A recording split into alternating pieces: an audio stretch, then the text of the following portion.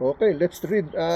Let's continue our third video, no, sa ating the Holy 2026, the Holy fourth month of the year, April 20. Okay, now we're gonna read another John. Okay, another John, chapter 15, verse 5 to 9. No, chapter 15, verse 5 to 9. No, this is what he said. No, I am the vine, ye or you are the branches. No, he that abideth in me, no, and in him the same bringeth forth much fruit, no, for without me ye or you can do nothing, no. Kung wala siya, wala tayong magagawa, no. Anong ginagawa mo? Hindi mo magagawa kung wala siya, no. It says here, no, in verse 5, no, I am the vine, ye or you are the branches, no.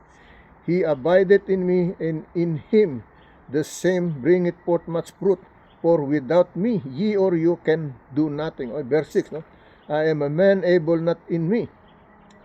He is cast forth, no, as a branch, no, and is withered, and men gather them, no, and cast them into the fire, no, and they are burned. Okay, verse 7, no, if ye or you able in me, and my words abide in you, ye or you shall ask what ye or you will, no, and it shall be done unto you. Okay, verse 8, no, herein my Father glorified, that ye or you bear much fruit, no, so shall ye or you be my disciples. Okay, sa verse 9 tayo, verse 9, last verse, no, and the Father hath loved me, so I have loved you, continue ye or you in my love, no, continue you in, and continue ye or you in my love, no, sa kanyang pagmamahal, no.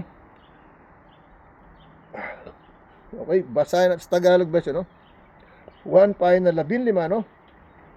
The one that we read is John chapter 15, verse 5 to 9. Okay, now let me read in Tagalog version. 1 final 15, versikulo 5 hanggang siyam. Okay, ako ang puno ng ubas, kayo'y mga sanga. Okay, ang mananatili sa akin ay ako'y sa kanya, at siya'y nagbubunga ng marami, sapagkat kung kayo'y hiwalay sa akin ay wala kayong magagawa. Okay,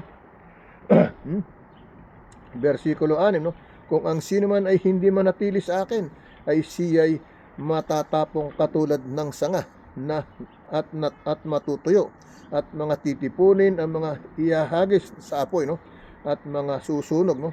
Versikulo 7, kung kayo'y magsisipanatili sa akin at ang mga salita ko'y magsisipanatili sa inyo, no, ay hingin ninyo ang anumang inyong ibigin at gagawin sa inyo. Okay, versikulo 8, sa ganito'y lumuluwalhati ang aking Ama, na kayo'y nagsisipagbunga ng marami, at gayon kayo'y magiging aking mga alagad. Okay, yan ang sinasabi, no? Okay, versikulo 9, no, kung paanong iniibig ko ang Ama, ay gayon din namang iniibig ko kayo, no. Magsipanatili kayo sa akin sa pag-ibig, no. So magsipanatili tayo sa kanyang pagmamahal. Ibig sabihin, kung paano siya iniibig ng Ama, ay ganun tayo iniibig ng anak, no. So ibig sabihin, magsipanatili tayo sa pagmamahal nila. Okay, now let me read in Spanish. Okay, let me continue, no. 1 kapitulo 15, versikulo 5 hanggang 9, no. Yo soy la vid, no, vosotros los pampanos, no, los pampanos, el que permanece en mí y yo en él, lleva mucho fruto, porque separados de mí nada podíais hacer. Okay, versículo 6, no, el que en mí no permanece será echado fuera como pampano y se secará, y los recogen y los echan en el fuego y arden. Okay, versikulo 7, no, si permaneceis en mí y mis palabras, no, permanecen en vosotros, pedid todo lo que queréis y os será hecho, no. Versikulo 8, no, en esto es glorificado mi Padre, en que y lleves mucho fruto, y si es así en mis discípulos. Okay, versikulo 9, no, como el Padre me ha amado, así también yo os he amado permaneced en mi amor. Okay? Versikulo yan yung sa versikulo 9. Okay? Yan ang ating 1 Kapitulo 15 versikulo 5 hanggang 9. Okay? Permaneced en mi amor ang sinasabi. Okay? Now let's go to read devotion healing prayer, no? Dito sa ating one yearly devotion healing prayer, kasi yan po yung ating John chapter 15.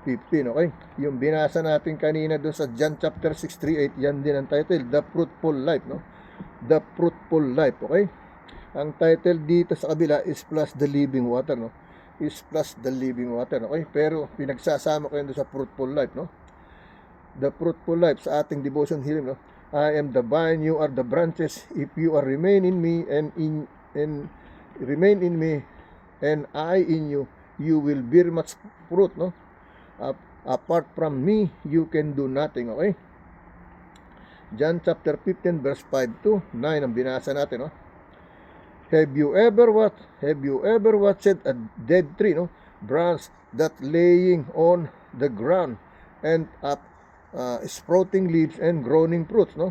You have observed this, no? Because it is impossible unless a branch is attached, no, to a tree. It is not thriving. It's impossible for a dead branch to bear fruit. Okay?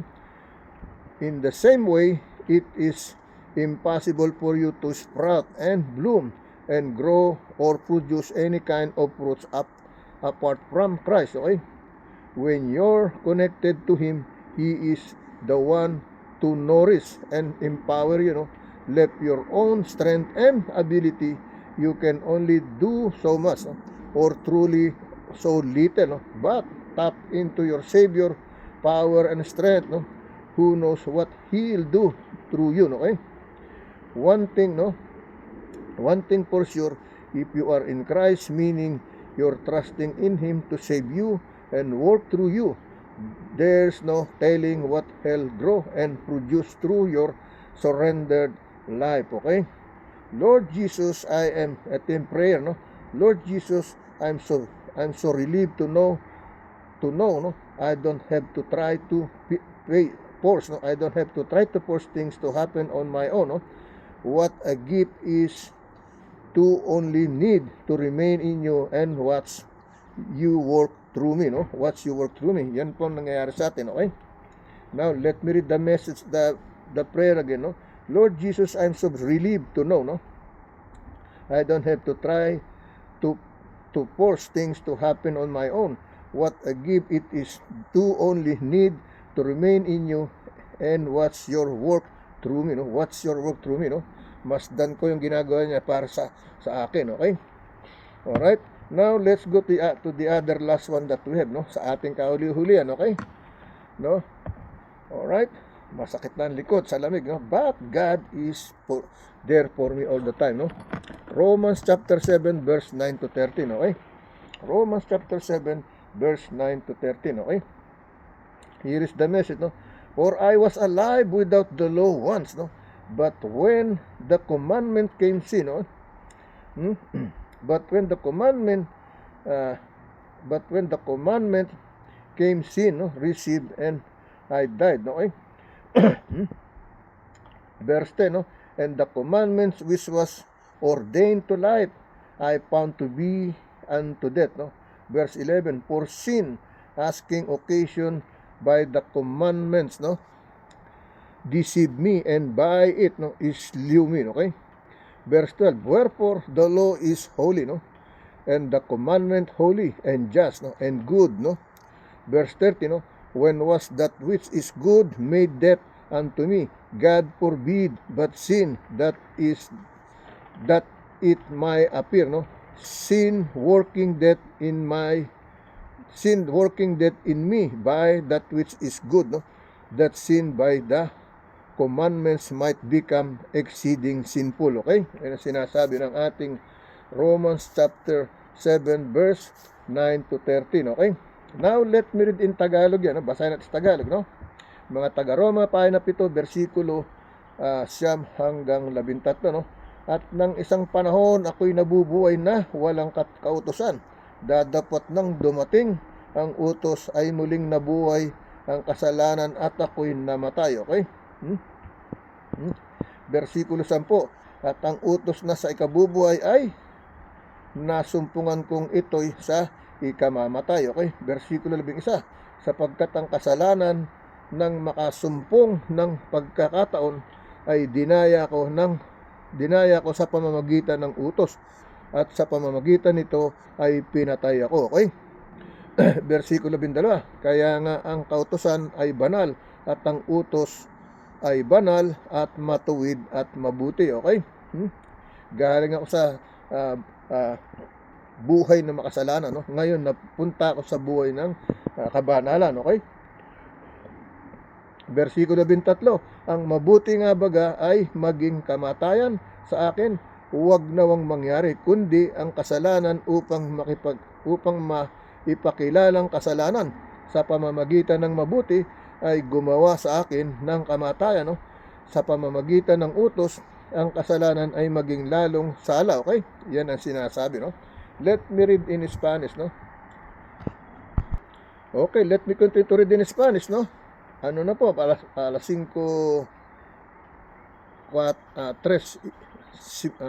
minutos, ano? 3 minuto kalahati. Okay? Alas 5, no? Alas 5:03 na, o alas 5:04 minutos, okay? 5:04 minutos, no? Alas 5:04 minutos sa oras natin, no? So, let me read Romanos Kapitulo 7, versikulo 9 hanggang 13, no? Iyo sin la ley vivía en un tiempo, pero venido el mandamento, no? El pecado revivió y yo morí. Versículo 10, no? Y jale que el mismo mandamento que era para vida en mí se resultó para muerte, no? Versículo 11, no? Porque el pecado, tomando ocasión por el mediamento, mi engaño, y por él me mató. Versículo 12, ¿no? De manera que la ley en la verdad es santa, y el mediamento santo, justo y bueno, ¿no? Versículo 13, ¿no? Luego lo que es bueno vino a ser muerte para mí, ¿no? En ninguna manera si que el pecado para mostrarse, ¿no? Mostrarse pecado produjo en mí la muerte por medio de lo que es bueno, y pendiqué por el mandamiento el pecado y legase el ser sobremanera pecaminoso. Okay? Pecaminoso. Okay? Alright? Yan ang sinasabi. Yan ang kabuuan ng ating serbisyo for today. Okay? 3 video lang tayo. Okay? Pinalad tayong maiksi lang ulit today. Okay? So let's pray all together. No? Let's pray all together. No? Lord God, once again, here I am again. Lord God, thank you for guiding me, no? To teach me everything that you want me to be, Lord God. No? To spread your holy gospel word of God, no? From the holy sacrament of book of Bible, Lord God, no? Lord, please always guide me, make me safe, healthy, strong with all my family members, my wife, my son, my eldest son, my daughter, my youngest son, my grandchild, Lord God, no? And my son-in-law, my daughter-in-law, my balay, no? My family, heart relatives and friends in my mother's side, Briones side, and my father's side, Mauricio side, and all my in-laws, Magsino and Luistro, no? And all 3 regions of the Philippines, Luzon, Visayas, at Mindanao, Lord God. And of course, my country here in the United States of America, no? Mary McNew, Sir, Lord God. Lord, protect our President Donald J. Trump, Lord God, for his godliness way, Lord God. He was with you. You anointed him, no? You saved him, no? As your son, like Jesus, no? To fulfill your work, Lord God. In a different way, in a different generation, in a different decade, Lord God. You anoint him, you save him, Lord God. Lord, may you always guide him, no? Make him his mind and brain is strong, no? And his heart, no? With still stay with you in your godliness way, Lord God. In your holy mighty name of the Father, the Son, and the Holy Spirit, in truly one God, Lord God. As a Christian life, Lord God, let him pull Let him pursue the Christianity life all over in the world, Lord God. May He help them, all the people who's trying to get their freedom in their own country, Lord God. As a good leader, as a godliness leader, by your will that you announce Him, Lord God. In your holy mighty name, Jesus, amen. Lord, touch the heart of all these people who's been against Him, to be united in the godliness way, not in the evil ways, Lord God. Lord, may you always protect all of us, no? Father and mothers, grandfathers, mother, fathers, auntie, uncle, cousin, nephew, everything, Lord God, no? From the president to the lower civilian person, from rich to the poor, Lord God, whether they are good or bad, Lord God, no? All kind of religion, all kind of citizen, all kind of nationality, may your love and protection and provision and healing power, no, be upon all of us with your holiness love. In your holy mighty name, Jesus, amen and amen. Okay? Lord, comfort all in the victim of war, in the middle of war, worldwide, nationwide, all over in the world. Lord, once again, healing prayer for all of us, who is seeking your healing prayer. Pray and call your name and praise for your name, Lord God, and praying for your name, Lord God. May you touch their heart and body and soul, that truly healing your power, Lord God. To you, there's nothing too hard for you. To you, there's nothing impossible to you to happen. When you touched by your hands, no, with this Sister Tina, no, and Anto, no? I'm not so sure his real name, Lord God, but you might touch her. Let them walk again, Lord God. Take away them from the wheelchair, Lord God. I call your name at this moment, at this time, Lord God. Show your power, Lord God, in this moment, Lord God. Even though I'm not there with her, Lord God. But in your power, Lord God, show them, fill them, Lord God. In his belief, in his faith, Lord God, that you will hear her. All the people has been watching you, Lord God, not me, but by your will be done, Lord God. By your Holy Spirit, in your holy mighty name, Jesus, amen and amen. Okay?